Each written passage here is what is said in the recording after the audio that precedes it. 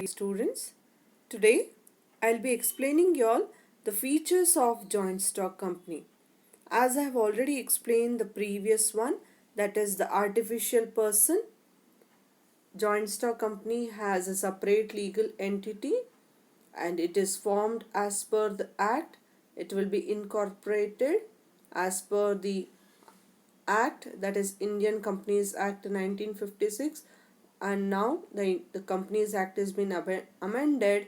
It is being termed as Indian Companies Act 2013. Next is perpetual succession. A company being a creation of law. It's an artificial person because it is created by law. It can be brought to an end only by law. So it will only cease to exist when a specific procedure for its closure called as winding up is completed. For example, this joint stock company has to be closed down or it has to be liquidated. There is some procedure, there is a specific procedure which has to be followed. So that procedure which is followed for its closure, it is being termed as a winding up. So creation is also being done by the law and its closure is also being done as per the law. So members may come and members may go, but the company continues to exist. So there is a perpetual succession till the company will follow all the procedure which is specific. Till it follows, it will be continued as per the law. It has to be closed. So that is about the perpetual succession. Next comes is control.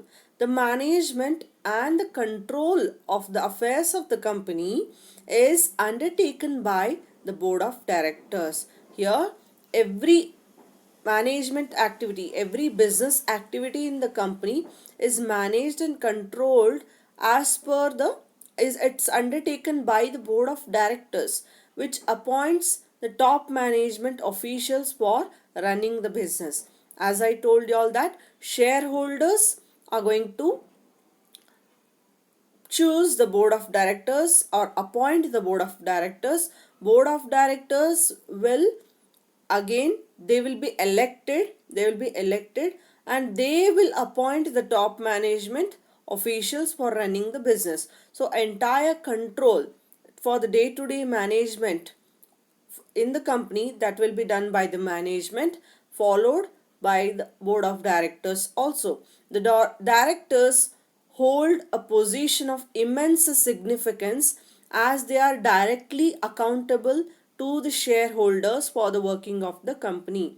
It is board of directors are answerable to the shareholders and management are answerable to the board of directors. So that is the hierarchy in the company.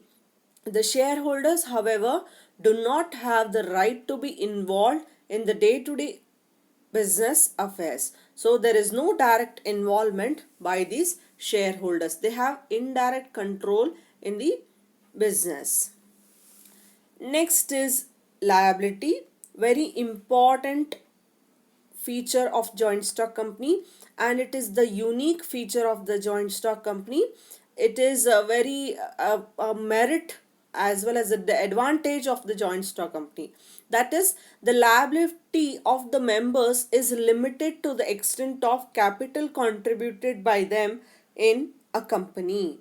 The creditors can use only the assets of the company to settle their claims, since it is the company and not the members that owes the debt. It means members are not borrowing the debt, it is company is borrowing the debt. So though the company has borrowed debt or borrowed loan, it is not that members will be asked money if members have any asset. It is company is borrowing the debt. For example, let us understand this liability concept with the help of example.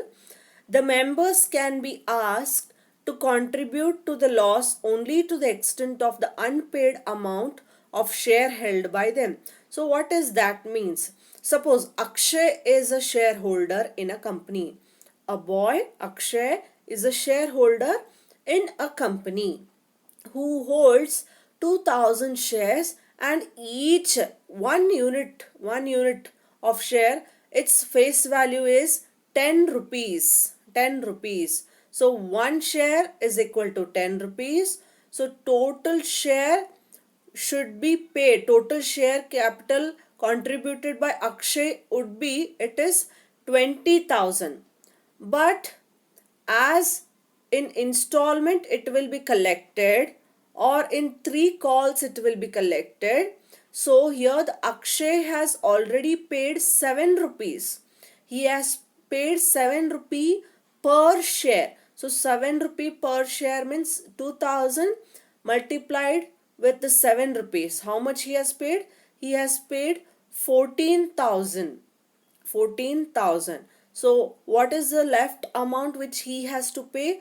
3 rupee per share. So 3 rupee per share for 2000 shares, it would be 6,000 rupees. So his liability in the event of loss, if the company incurs any loss, or if company is failing to pay any debts, he is liable only up to 6,000. That is only up to the unpaid amount of his share capital. So how it is 6,000? It has been given in the bracket rupees 3 per share on 2000 shares held in the company. So beyond this, he is not liable to pay anything towards the debts or losses of the company. So it means what?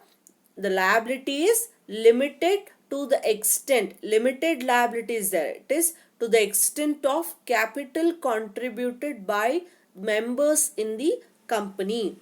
The creditors can use only the assets of the company to settle their claims. Yes, creditors have a right to claim for what they have been supplied to the company, for what they have been lent to the company as a loan. They can get it as a claim, but they can use only the assets of the company, not the members' assets. It is not that the creditors have not paid to the members, the creditors have paid to the company. That is why it is very specifically being told that it is the company who is borrowing the debt, because company is also considered as a artificial person. Though the members are present in the company, members are required for the company, members are not owing the debt. So the members can be asked to contribute. How much they can contribute, how much they can be asked, it is only to the extent of the unpaid amount of share held by them.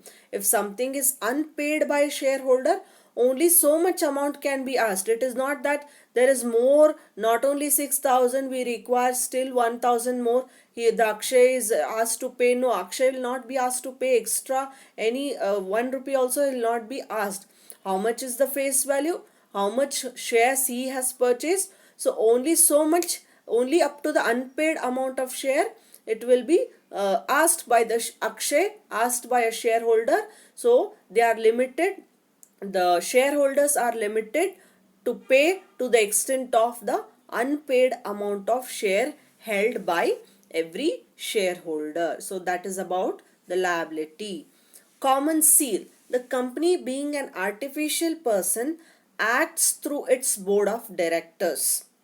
It is that though there are persons needed for the company, this company is treated as a person, but an artificial person which is created by law.